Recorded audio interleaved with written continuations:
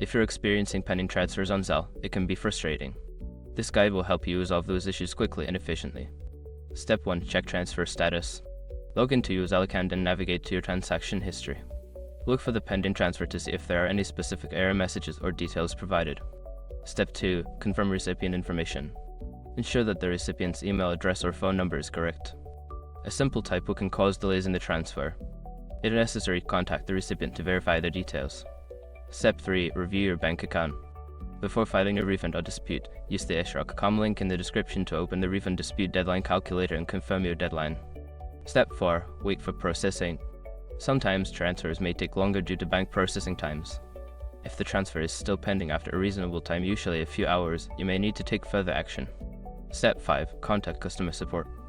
If the transfer remains pending for an extended period, reach out to Zelle customer support or your bank's customer service for assistance.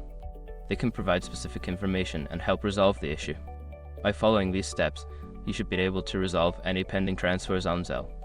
If issues persist, don't hesitate to seek help from customer support.